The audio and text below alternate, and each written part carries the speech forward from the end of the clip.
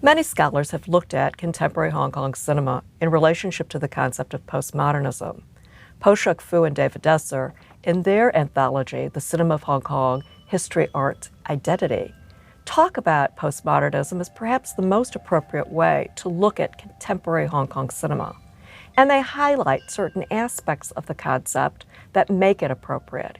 They call it a transnational cinema, a cinema of pastiche, a commercial cinema, a genre cinema, a self-conscious, self-reflexive cinema, ungrounded in a nation, multiple in its identities. Now, many of the aspects of this concept of postmodernism relate to or come from the work of Frederick Jameson.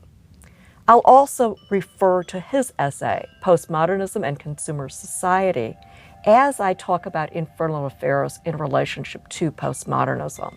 When we look at Jameson's view of postmodernism, he looks at it as a way of considering the emergence of new formal features in culture and links it with the emergence of a new type of social life and a new economic order. And he's talking about the late 20th and early 21st century. And I'm going to argue in our lesson this week that Infernal affairs indeed can be looked at this way. When we look at postmodernism in Hong Kong, we look out over the cityscape of Hong Kong and Infernal affairs. And what do we see? Why is the city itself considered postmodern? And why does it figure so prominently, has a starring role, if you will, within the film?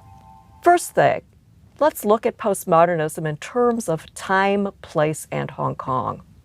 Another scholar who used to be on faculty here at Hong Kong U, Akbar Abbas, has talked about this particular aspect of Hong Kong changing rapidly in the years leading up to the transition from British to Chinese sovereignty in 1997. And he talks about the space of Hong Kong as a space of what he calls uneven development.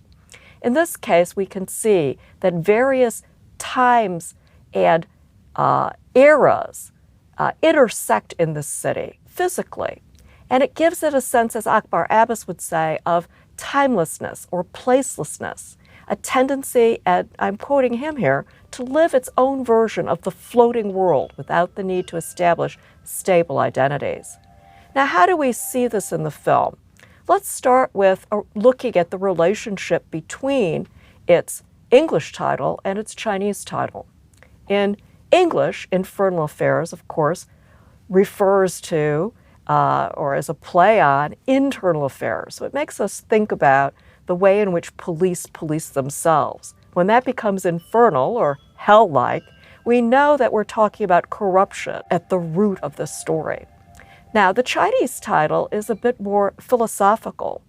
Wu Jian Dao, or Mo Gan Dou in Cantonese, refers to the timelessness or the way of timelessness, spacelessness, no time, no space, if you will, associated with Buddhist conception of emptiness.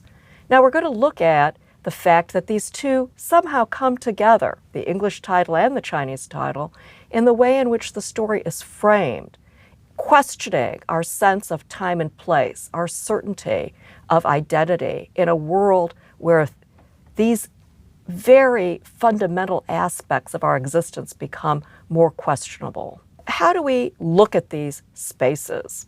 Well, when you look at the film itself, you realize that these layers of space are quite evident in what you see on screen. The film, for example, has the initiation ceremony that Sam gives to the recruits that he's going to send as moles into the police force at a very well-known temple in Hong Kong associated with traditional culture. It's the 10,000 Buddha Monastery in Sha Tin, which is part of the New Territories in Hong Kong.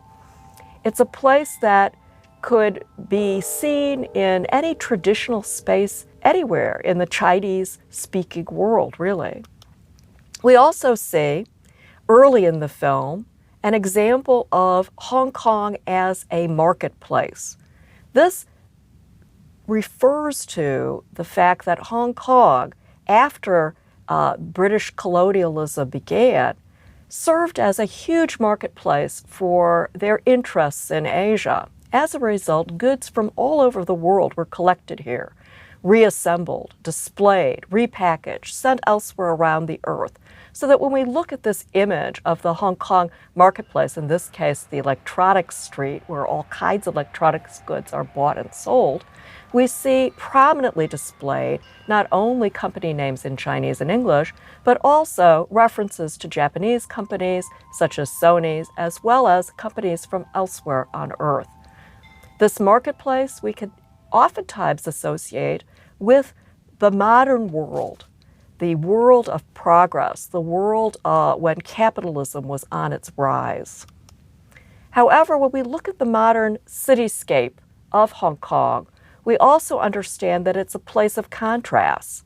Modern high-rises are juxtaposed with the natural beauty of its countryside, and then we also see people in isolation within that cityscape.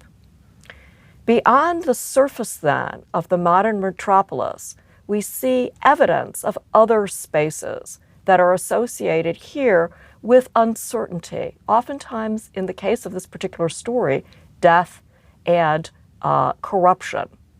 So we see spaces that are often known as non-place, places of transition, places that could be the same anywhere on Earth.